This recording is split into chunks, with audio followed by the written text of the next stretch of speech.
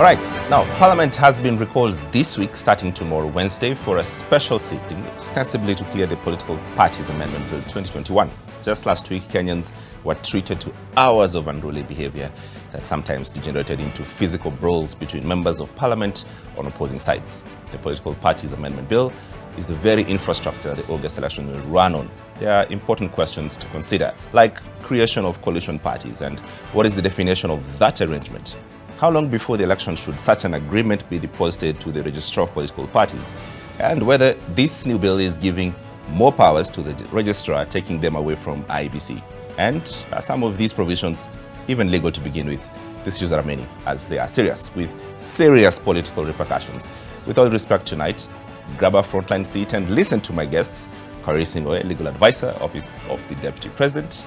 Karibu to the program. Thank you. And Professor Tom Ojenda, Professor, School of Law, Moi University. Karibu sana. There's plenty to discuss. I hope tonight they'll not go to physical brawl and things like that. Karibu sana to the program. Thank you, Jim. Let's start just from the top. Why is this such a big issue, big problem? Kenyans were enjoying holiday, but we had to enjoy another spectacle in Parliament. Why is this such a big problem? Korir, let's start with you first.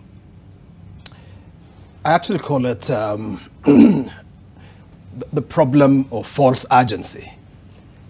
Because from where I sit, the question really is, why now? What is so critical that must be passed within the strict constraints of this holiday season? Why must the political parties amendment bill be rushed through? And so, you know, from where we sit, we feel that this is a problem of false urgency. A false necessity has equally been created, because when you look at the current political parties architecture, we've got a robust law. Since 2011, you know, this law has been amended once to make it even more operationally robust. Mm-hmm. And so one must wonder, why now? What's the urgency? You see no urgency whatsoever. There's no need for this law to begin with. I'm not sure that there is such a fundamental need for it at this point. Yeah. Prof. Thank you, James. I think I take the opposite view. There are two bills up for debate in the House. Bill number 256, brought by the Leader of Majority, Amos Kimunya. Yes. And Bill number 56 has 27 proposed amendments to the Political Parties Act 2011. Yes. Then we have a second bill, Bill number 58. I normally choose to call it the Ngongo Bill. It is propounded or proposed by the Leader of Minority, John Mbadi, yes. Ngongo Mbadi. Now, the Ngongo amendment proposes amendments to 5 clauses. It has 5 clauses. It is Bill number 58, as I've said. Now, let me tell you why. This is important. This is important. Yes. Number one, Bill number 56 creates a fundamental departure from what we have known previously as political parties in terms of definition. Right. And I think we'll get to this. Yes. It introduces a coalition of parties as a political party. That is an amendment proposed at clause 2C. Yes. Now, why this is important is because it seeks to amend, for instance, section 10 of the previous, or what we have as the Political Parties Act, to introduce new time frames for pre-election coalitions. Right. And the time frames, for instance, in the set amendment, is that parties that intend to go into a coalition, for instance, should do so 6 months before the election. Remember, in the previous provision, under section 10, the pre-election coalitions were supposed to be entered into 3 months before the election. So I think there's a concern there. Okay, timing question. Timing question. Right. Number two, and this is why it's important. Now, the framework that the amendments introduce, I think, intend to bring some honesty into the political process. We know because it's full of dishonesty. We know the now coalition of 2003. We know the PNU-ODM coalition of 2008. Yes. And what happened to those coalitions? These coalitions have been based on MOUs that have been defied by partners as soon as they get into power. Now, these amendments seem to create a framework that will cement and bring some honesty into the political playing field so that coalition partners know what is in for them in coalitions entered into by themselves before they go into a political election. That's not guaranteed in law. That's right. important. Okay, so let's go sequentially. Let's start with that's a big question, right? The creation of a coalition as a party of party. Yeah. The courts have consistently had discussion about, what a coalition looks like as a party and what then after elections, can get some funds from this coalition of parties and that sort of thing. Let's start from there. Is this a problem to be solved at this stage, or you still think we should not be going about this? James, let me raise two issues first, because I feel like Professor Ojienda has moved into the substance. Yes. And so have you. Our own view really is that these two bills, we consider it one bill, so to speak. It suffers, number one, from a problem of procedure or process. And by process here, we mean this false urgency and this false necessity that I alluded to early. All right? Why is the country being made to believe that, in fact, there is such a serious need to amend these statutes? Okay. Okay? Mm-hmm. And if, in fact, there is a need, okay? Look at the timelines for these bills, all right? This bill was published on the 21st of November, all right? The second reading, it was brought before the House already barely a month after its publication, for the second reading and for adoption, all right, in the third reading. The bill has hardly gone through the proper process of public participation. It has been hurried through. We look at these two bills from a procedural standpoint, and they raise the same concerns that we raised in relation to BBI. Okay? Why is the public not being consulted? Why are political parties that are the most critical stakeholder in this process not part and parcel of these conversations? Okay. You saw what happened in JLAC when the speaker, after the deferral of the debates, asked members to submit their amendments to JLAC. What then happened was that a lot of those amendments were not considered. They were thrown out by JLAC for lack of public participation. All right? So the very arguments that are being raised at JLAC to push out certain proposed amendments are the very arguments that should be raised in relation to the entire bill, so to speak. Right. So that's and so there is a there are process questions here. Yes. One of the substantive issues, of course, we have problems with the substance. Okay. And this issue of coalitions, all right? We've had coalitions in our country, and I agree with Professor Ojienda that that we've had coalitions that are basically they're loose associations, they're conglomerations of parties for purposes of taking a stab, right? Of taking a stab at power, which is as it should be. The current framework recognizes coalitions, okay? It recognizes, or it calls for coalition agreements. Professor Ojienda has raised the issue of compliance with honesty in politics. Honesty in politics, yes. All right? But what's the problem with that? No, we don't have a problem. The problem we have is the transformation of what is a coalition, okay, and calling it a party. When the definition of a political party is already ingrained within the Constitution. Article 206 provides very clearly that a party is an association, within the meaning of Part 3 of Chapter 6. All right? Yeah. And when you look at Chapter 6, it has criteria regarding what a political party is.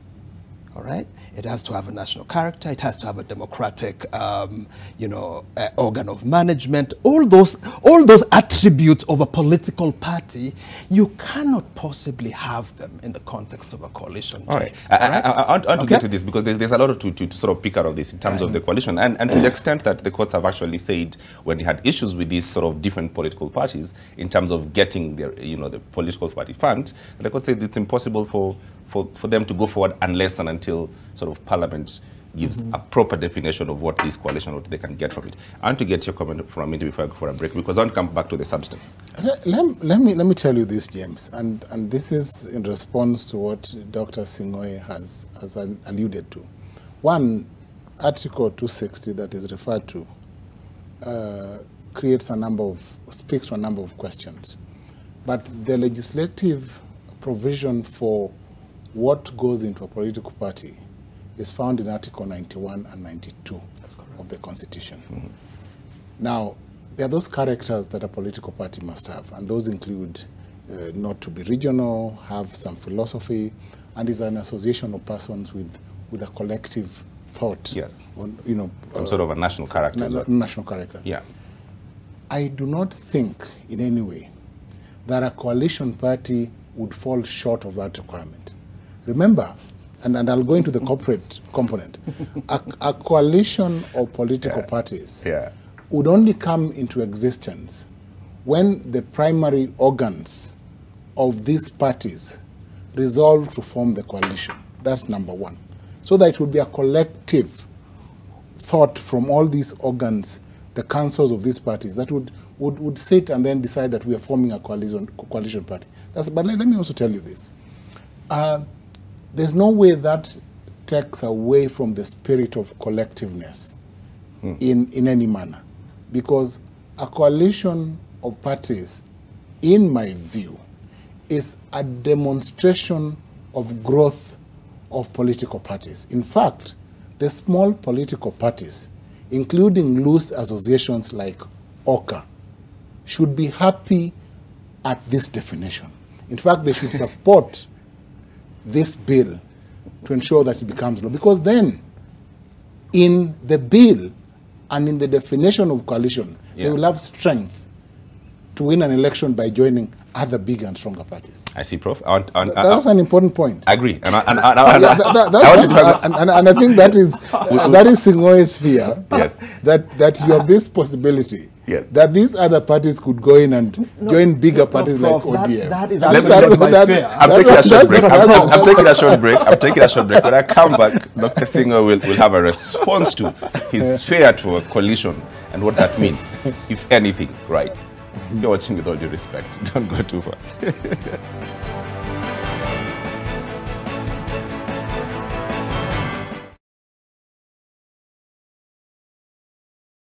Watu wa Kenya, it's already Christmas on StarTimes. Pay 2 months today and get 2 months of higher bouquet to enjoy the best programs. StarTimes, your best choice for family entertainment this festive season.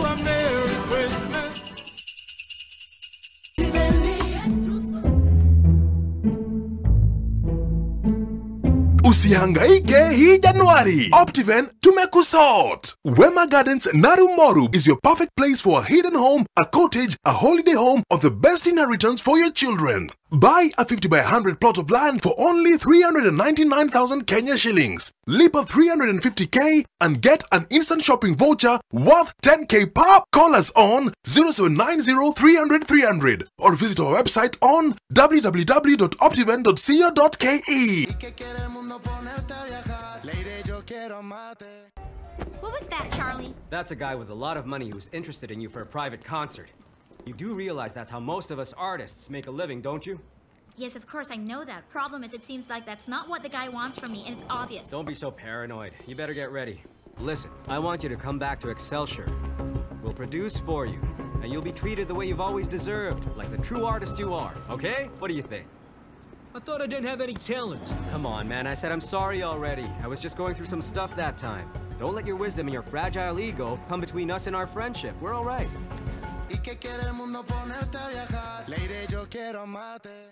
En route to his 4th straight Ballon d'Or and 91 goals for club and country through the 2012 calendar year, Messi was in otherworldly form for Barcelona during the 2011-12 season, hitting an astounding 73 goals. A ruthless decision-maker, Ferguson had no compunction dropping or selling big-name players, knowing his only commitment was to United and to win. Which is what Sir Alex Ferguson did until the very day he retired as manager of Manchester United. All the news and analysis of European football on The Football Review. What did you drink? What, me? Drink? Yeah, you can get everyone high in this house with that stench. Stench? Yes, and you know how that gets with these clean, healthy habits. So you better do something about it. Something like what? Try mint. Hey, look at this handsome guy. Alinifuta job. Ulifanya nini? Mimi? Lazima nikitumie nilifanya. Yani unapoteza kazi. Nilifutwa. Najua nilipa miezi ngapi? 3. Atajua kuna mali nitampeleka.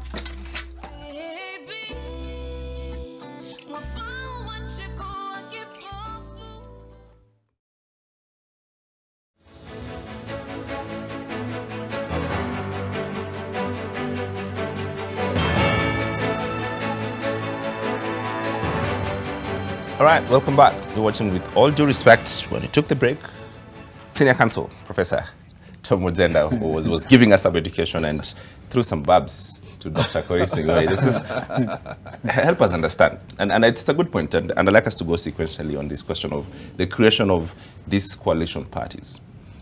Why is it, I had the Deputy President say that he's ready to, with all his honesty, to meet with anyone and sign whatever it is. We don't need the law, per se. Isn't it good practice then to put these things in law? Or we just need to depend on the goodness of our leaders? I don't think anybody is quibbling with the need to institutionalize some of these norms in law. But I think what we are raising questions with is the whole idea, like I said, of transforming coalitions into parties, into political parties.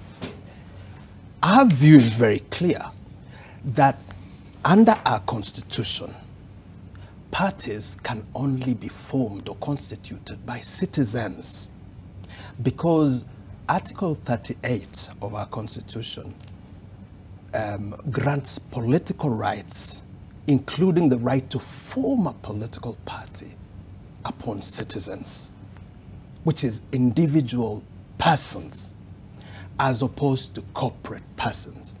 So what happens then when you form, you transform a coalition, or you expand the definition of a political party to include coalitions, is that you alienate the citizen. The citizen as a person is no longer part of that conversation. Instead, the guys who sit around the table, such as this one, is the leaders of those political parties. The individual members, of ODM, the individual members, of WIPA, no longer have a voice in the decision-making of a coalition. The decision-making process of a coalition becomes completely alienated. And our problem really is that this law, or this proposed law, creates a hierarchy between parties, where you have normal parties that go through a process of registration, and that process includes, preliminary registration, a 6-month period lapses, then you comply with several other requirements. Instead, you now have a coalition that seems to be a privileged child, a poster child actually of this legislation is a coalition, which now somersaults into the scene, and just by the mere fact of having a coalition agreement, you know, and I hope Professor Ojienda agrees with me, the mere fact of having a coalition agreement deposited with the Registrar of Political Parties, you know, that coalition becomes a political party. You know, so you have two kinds of parties now. You know, that enjoy different rights. You know, you now have a coalition that whenever there are disputes touching on a coalition, instead of parties of this coalition or members of this coalition going before the political parties tribunal, now they can somersault straight to the High Court. So you can clearly see that you have a fragmented regime, so to speak, now, you know, governing what you're calling similar children. If indeed a party or a coalition is a political party, then of necessity it must be treated as a political party from the get-go. But if it is not, it ought not to be a political party, as we have submitted. How do we deal with the problem that, you know, I mean, this is stepping away just from the theory bit of it. Our political parties, they are still owned by individuals, aren't they? Right? And they have officials. But they are officials, but they are political parties. How many political parties to date have actually gone, you know, to the ground and built officials from the ground up? Including the Jubilee that is just about to end. Not many. So if you're to be honest, really, this is theories, but on the ground, politics works different. And perhaps that's why I disagree with my learned friend, Dr. Sing'oei. The exclusion of the application of Section 5 and 6 to coalition political parties, that is what it's referring to. Because Section 5 and 6 speak to the temporary registration and the compliance it's talking about. Right. Now, the amendments provide for those exclusions because the parties entering into the agreement to form a coalition political party are parties that are existing and that are already registered by the Registrar of Political Parties. I think his concern is, and this is why the time question for me is not an issue, he raised the time question. The first bill, the Kumunya bill, was published on the 26th of November 2021. The Ngongo bill, John Ngongo bill, was done on the 3rd of December. Both have complied, at least with the 21-day, they're about a month old. Because they came for debate on 29th. 29th. No, it's not about public participation. And I think that is sufficient time for public participation. All those bills were published in the parliament. If you look at the website of Parliament, they were published. They've been out there, and I think any party who is interested in commenting on the bill has had enough time to do so. But let me go to the meat of this question. The meat is, it is after the governing organs of these political parties have sat down and determined that these parties go into coalition, and it's only then that these coalitions then can be formed. In the case of this, I've talked about ORCA, for instance. ORCA, let me just address ORCA. If the ORCA principals want to form an ORCA coalition party, for instance, one called ORCA, they would have to agree in their parties first and then deposit the instruments, which would include... So this is the normal NDCs. Yes, it would include, let me tell you, James, it would include even the formula for sharing funds from the political parties fund, for instance. But I do not think, as the Daktari thinks, that all this departs in any measure from Article 38, the rights under Article 38 of the Constitution. Because in my view, Article 38 is about the right of a citizen and of groups of citizens to exercise their political choices and to belong to parties that they determine. I think that, on the contrary, the coalition protects the corporate rights of members of political parties through their governing bodies to make a choice as to how they want to do business. Remember, 6 months before election is a determinate period that will allow parties to make conscious decisions as to how they want to govern the affairs of this country. And I believe that the amendments portend a good intention for this country. Yeah. Quick question. And how do we address the question of, if we knew this, why didn't we do this, say, in January of last year?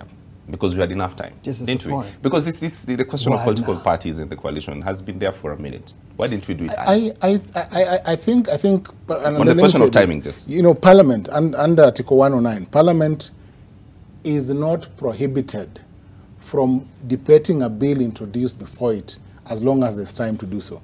Elections are on the second week of August. Every year, but I don't think there's a problem. No, I agree with him. I agree with Senior Counsel that Parliament, it's Parliament's business to legislate whenever the time they want. But we're talking elections here. We're talking about an enabling environment for elections. Good practice mandates. I think since the days of Kriegler, that legislation touching on the electoral process, number one, should as much as possible have crystallized a year 2 election. Number two, there has to be a level of thick consensus. There has to be a measure of consensus in terms of that electoral, that statutory framework. All right? What we are seeing instead, James, is a situation where these amendments really appear to be, they're really being railroaded. They're being shoved down the throats, the throats of Kenyans. If you recall the amendments to the, to the electoral, to various elections laws prior to the 2017 elections, we even had a committee led by Senior Counsel Orengo and the governor of Meru, that was able to develop consensus between, Jubilee and NASA at the time, around what was required to make sure that at least there's a modicum of, of an enabling environment. But instead right now, we are having a situation where this is a single track focus on the part, of one side of Parliament at the exclusion of the other, and what does that tell you about the intentionality of it? If the intentionality of it is actually to deliver fair outcomes. Yes. On the contrary, right? Two or three came. We had NAC, a coalition, with a weak framework. MOUs were made. They were broken. 208 came. PNU, ODM. We had those coalitions. Again, frameworks, weak frameworks, violations. I think this is the time. And I think Parliament is saying, let us get it right. Let us have proper coalitions cemented on legal rock that will not be violated by parties after the election. And remember, parties, the Section 10 has not taken away the 21-day period to enter into a coalition after the election. So what is the problem? I see no problem here. Okay, actually, the other problem we have, not the problem we have articulated, and we may not have a problem with this practical implementation proposition that you're making. Our problem, like I have tried to articulate, is conceptual. It ties to the rights of citizens. It ties to the nature of, membership in a coalition, etc., aside from this practical issue that you're raising. If in fact we want to make coalitions, coalition agreements, more legitimate, we want to improve compliance or implementation, I think we can, we can have a discussion about how to achieve that without expanding the remit, of the definition of what constitutes a political party, and including coalitions. Okay. I think we can still. Let's lead with this question specifically on the question of the sharing of political funds, and the courts have consistently had problems with it. That in the event that a coalition, sort of a disagreement around how they share the funds, the court has no framework on what a political party actually looks like. And that coalition has a bit of a problem on how, say, for instance, what was NASEP, and the breaking of NASEP, if you take an example, that when ODM had the bigger share and Ford Kenya could not say we need a quarter of it or whatever it was, and it was problematic. How do we deal with this kind of problem of sharing funds in coalitions if we can't define those coalitions before? I believe we can define them without calling them political parties. We can call them what they are. that they are coalitions, all right? I have not actually looked at the ruling, the judgment you're talking about. I would be interested in, in reviewing it. But my own view is, if you have a coalition agreement, an agreement by definition should be binding on the parties to that agreement. I think perhaps the courts have just, they have not been willing, to focus on this question, and to make one decision, to make a decision based on contract law. All right, because I cannot imagine a situation where there is an agreement, a coalition agreement, and the courts decide that this is non-enforceable. All right. Prof. No, I think what you're alluding to, and my line friend, Daktari, of course, is alluding to the breaches and non-compliances, NAC, NAS, and all those. Now, the Political Parties Act at Section 25 addresses itself to the Political Parties Fund and how those funds should be disbursed. Now, the framework for disagreement in coalitions is sought to be addressed by the amendment contained in Clause 15. Clause 15 provides that where there are pre-election coalitions, the members of the coalition shall deposit with the registrar other things, including the formula for dividing monies that would have accrued and that parties would be entitled to. Remember, the calculation depends on the strength in Parliament before in the last election. Now, the concern, therefore, is, in my view, the pre-election pacts solve this problem of funds better than what we had previously. So I think the amendment is quite good. I think the Daktari agrees that it is good to that. Yeah, it is good to have a framework that says this is what we shall get. But remember, there are parties that are in coalitions that don't get seats anywhere. If you don't have, for instance, the framework now says, if you don't have at least 3 governors, you don't have a senator, you don't have a member of the National Assembly or a member of the County Assembly, you're not entitled to money from the political parties fund. You can imagine how many parties will garner those kind of numbers.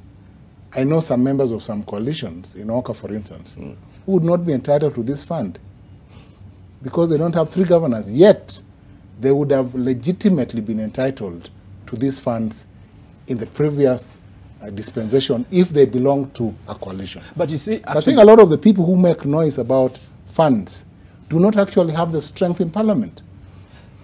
I see. But to your point, Prof, the current, not the current framework, the proposed bill, now actually even lowers the threshold, all right, for beneficiaries, parties that can benefit from the fund.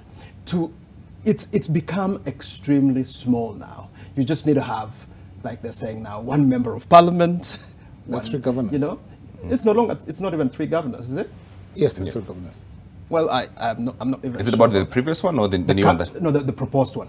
The proposed one is stringent, more stringent, except you see the proposed one, because of the coalition, introduce the coalition, what it does is that the collection can garner, will agree amongst them, can garner all these numbers. I think that is why the numbers are almost like one member of parliament, 1 governor, 1 MCA. Yeah. Which kind of party are we talking about here?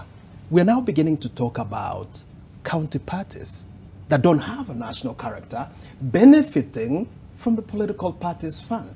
So we are derogating from the intentions, of Article 91, I believe. Okay. All right, gentlemen, I want to take a short break. When I come back, I want to discuss the nomination process and how exactly this is chaotic, and also the members of parliament and the treatment of this. We're having such a very intense conversation and no one has thrown any bottles or any water at anyone. So far yet, with all due respect. Yes. Take a short break. We'll be right back. Right.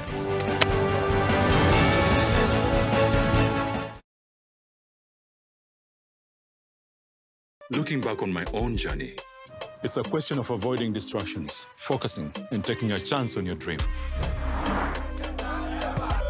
You mean like thinking big? Aiming high, that's it. Keep control always, and aim for the biggest thing going. Big is good, bigger is better. Focus and take a chance on your dream. One of the biggest jackpots in Africa. This advertisement is brought to you by BetPower. What was that, Charlie? That's a guy with a lot of money who's interested in you for a private concert.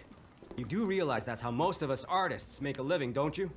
Yes, of course, I know that. Problem is, it seems like that's not what the guy wants from me, and it's obvious. Don't be so paranoid. You better get ready. Listen, I want you to come back to Excelsior. We'll produce for you, and you'll be treated the way you've always deserved, like the true artist you are, okay? What do you think? I thought I didn't have any talent. Come on, man, I said I'm sorry already. I was just going through some stuff that time. Don't let your wisdom and your fragile ego come between us and our friendship. We're all right.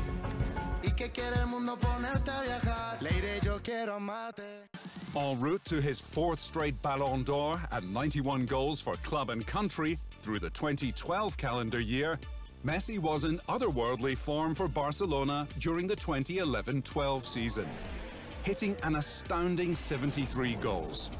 A ruthless decision-maker, Ferguson had no compunction dropping or selling big-name players, knowing his only commitment was to United and to win. Which is what Sir Alex Ferguson did until the very day he retired as manager of Manchester United. All the news and analysis of European football on The Football Review.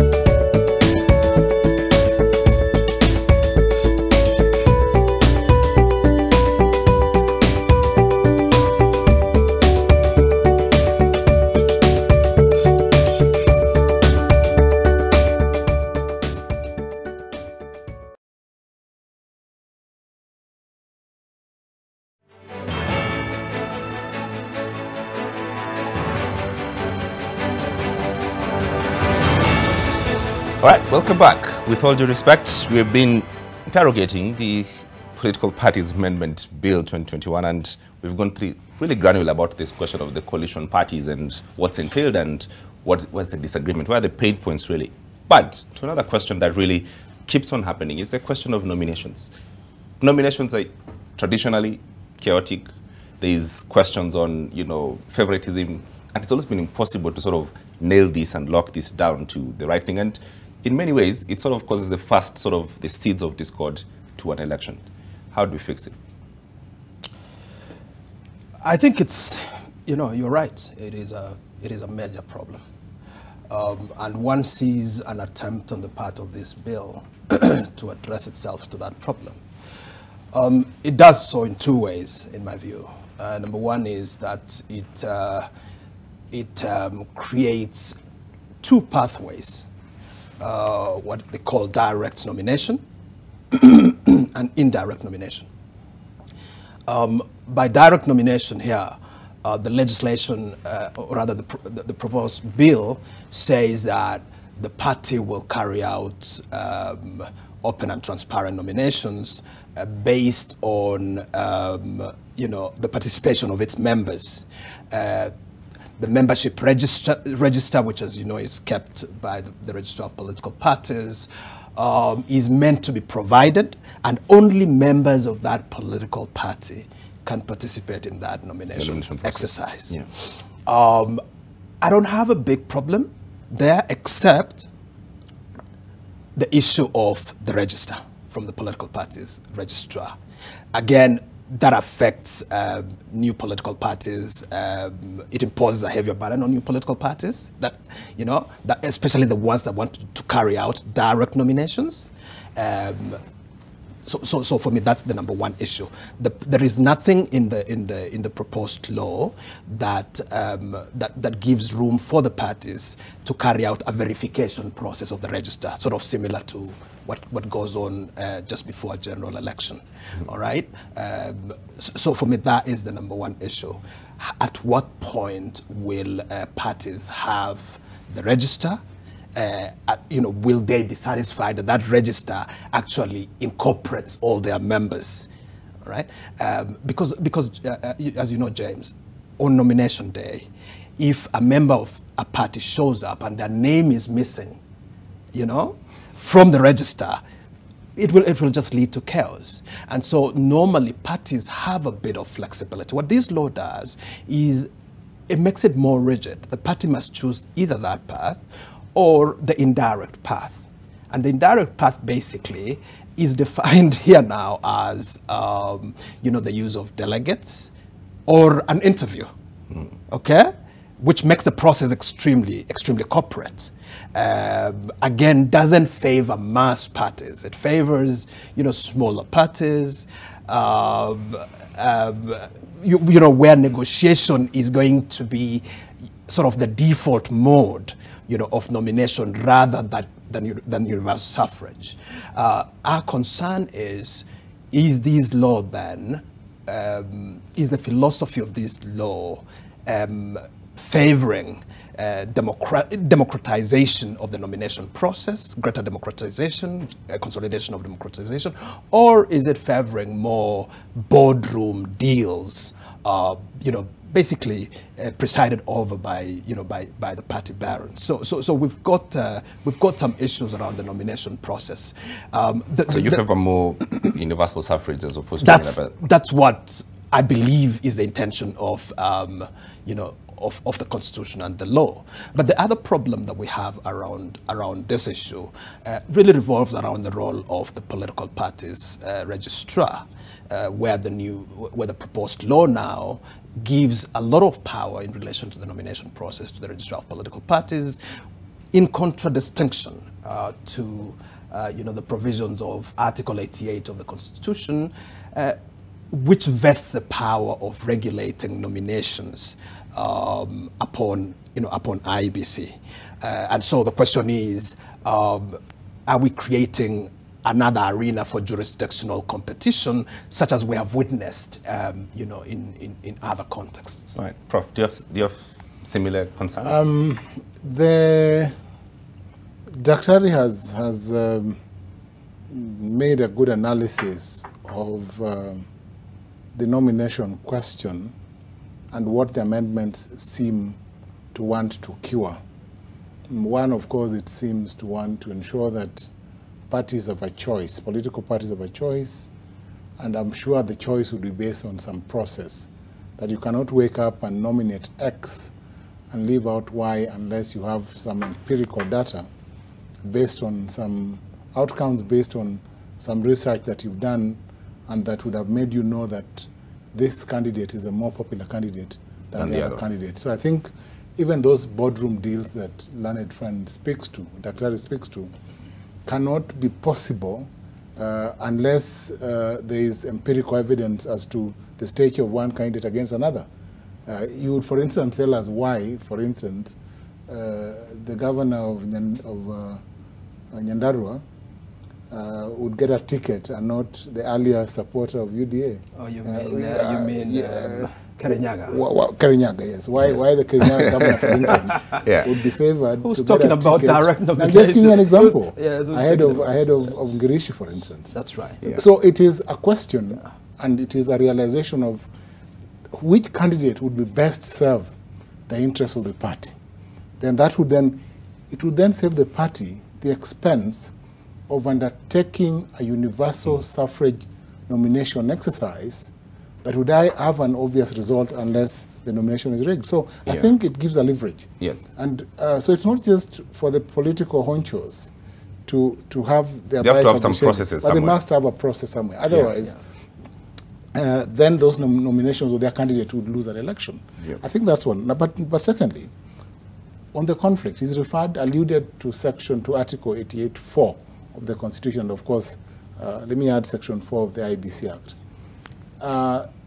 The parallels that expand the powers of the registrar to include checking compliance and to checking party lists is a concern that presupposes that political parties would have to deposit with the registrar those lists, so that the registrar would be clear as to who belongs to the party and who does not. Because if that is not clear or that is not verified, then there would be a problem. That would have to be verified pre the nomination process. But let me also mention this. In my understanding, the amendment to, if you look at clause 25 and 29, those are amending section 49 of the Political Parties Act. Those amendments that give the registrar more power, in my view, are only meant to lessen the work of IBC. Of course, we know that the constitutional underpinning of the IBC and its powers under Article 88(4) would mean that if the registrar of political parties undertakes anything that is unconstitutional, then it would be interpreted to be subservient to what the IBC does, because the IBC has a constitutional mandate, unlike the registrar of political parties, who derives her power from an act of parliament. So that does not worry me until there's a conflict, and I think I like going to court. So when there's those conflicts, you're confident with that. That does not worry me. Yeah. So you have no problem with this statutory delegation? No, it doesn't worry me constitutional responsibility. I know that you cannot undertake a process that violates. It can complement, but as long as it does not violate the power of IBC to exercise its functions, it is okay. And that's why I said Section 34F of the amendment is complementary. Let's read it as complementary. I do not think that the registrar of political parties would purport to undertake processes that violate or undermine the powers of the IBC. You assume good faith. Yes. In this gentlemen, I want us to start winding down, but we've done a great job, I think, to discuss this and in breaking them down to an extent that Kenyans understand why we need this discussion to be made public, and so that all of us can, open these conversations and have these conversations. There's the primary question, though, that Parliament starts tomorrow to Friday debating this issue. So your crystal balls, what would the vice members of Parliament to do? Because part of these sort of political conversations that appear to be sort of confrontational in nature don't really add so much in giving confidence to the electorate to actually go to an election that is peaceful and conduct themselves with decorum.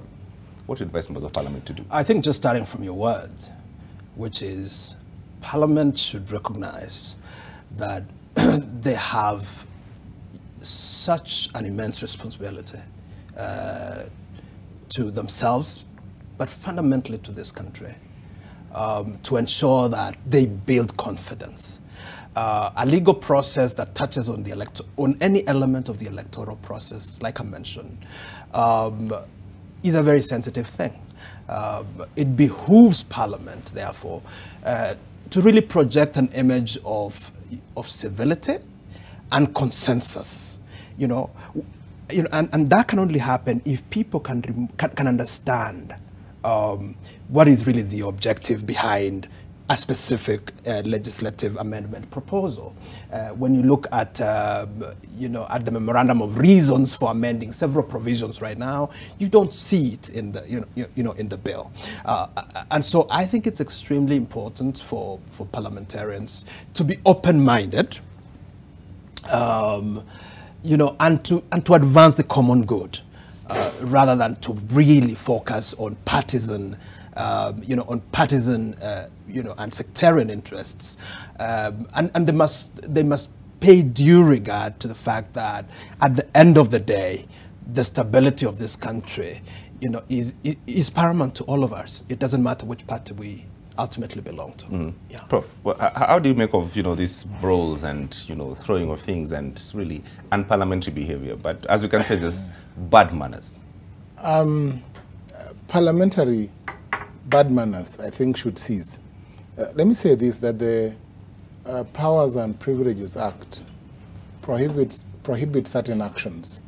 And under the Act, specifically Section 15 and 26, prohibit specific acts of assault, specific acts of fisticuffs and fighting, and the Leadership and Integrity Act number 12 also does the same. You can go further and say the Public Office Ethics Act.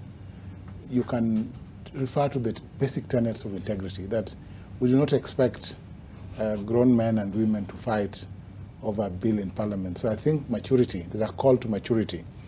Remember, the Committee on Powers and Privileges under Section 16 of the Act can deal, or has the power to deal with some of those questions, including what the Speaker did. You suspend members from 4 days to up to 28 days.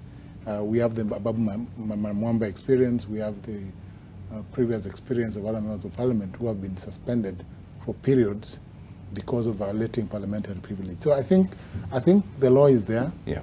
But I think members of Parliament should know that this debate is not about themselves. It is about the people. It is about Kenyans. It's about the people. And whatever conduct defines them, you know, when you fight and throw things at yourselves and get hurt, that has a way of permeating into the public and could incite people. So they need to be sober, they need to deal with these questions, and any amendment to a proposed bill should be done and debated for and voted for in a civil manner. We move to the next amendment. And supposing you lose these days courts, right? You can always go to court after this. Yeah, you can always, yes, right? it's always another option. Right, so it's not a do or die. Until it becomes law, yes, it's not a do and die. All right, yes. Let me start with you, your final thoughts as we wind this up. It's a new year, 8 months, you know, maybe we should start 7 months for election. What's your crystal ball telling, and what is your interest in seeing what happens in the next sort of few months as we go to the election? I think we are living in a world, you know, as typified by the struggle over this bill, you know, where we have, I think, two contending positions or understandings of the law in this country. I think there is an understanding that, you know, on the part of some people, that the law is the will of the state. It's imposed top down. It doesn't really matter. It is what the state wants. You know, that view of the law has been so radically shifted by, you know, by our constitution. If instead, I think we have a situation where we're dealing with the law really as a set of norms that are forged, you know, through struggle and through, you know, balancing of different interests. That's the arena we need to entertain more. The arena where we come together as a country, you know, and build and thicken our consensus over issues, especially matters electoral, as opposed to, like we're saying, like pulling apart, you know, and taking our, you know, our end of the stick, so to speak, desiring the better, you know, the better end of the stick. Mm-hmm. Yeah. I think Dr. Kip Korir seems to be speaking to the hustler question. he's trying to philosophize. He's found a way. The origin of the law. He's trying to look at, to look at the beacons. I was going to let it go, but since you structured it, yes. And I'm sure he's about to say the basic structure. Yeah. Let me say this. Yeah. I think it is time that we test or improve our democracy and make political parties more accountable, and the outcomes from the deals or the coalitions of those political parties predictable. The political parties amendment bills number 56 and 58, by introducing coalition parties and corporate membership, in my view, go a long way in solving the mystique that are political parties and introducing some, at least some accountability and some predictability to political parties. I would urge loose coalitions like OCA to take advantage of this process and join strong parties like ODM, so that that goes his pitch. He's been making it. Thank you. Senior Counsel Professor Tom Ojeda, you've done very well. Thank you very much for coming. Thank you very much for giving us a thought. Dr. Korisingwe, always a pleasure. Gentlemen, thank you very much for your education tonight. Thank you, and my viewers feel educated and breath of fresh air. We can discuss politics without really throwing stones or throwing water at each other, with all due respect. My name is James Watt. We do this every Tuesday on this station at the same time. Let's see you again next week. Have a lovely night. Thank you.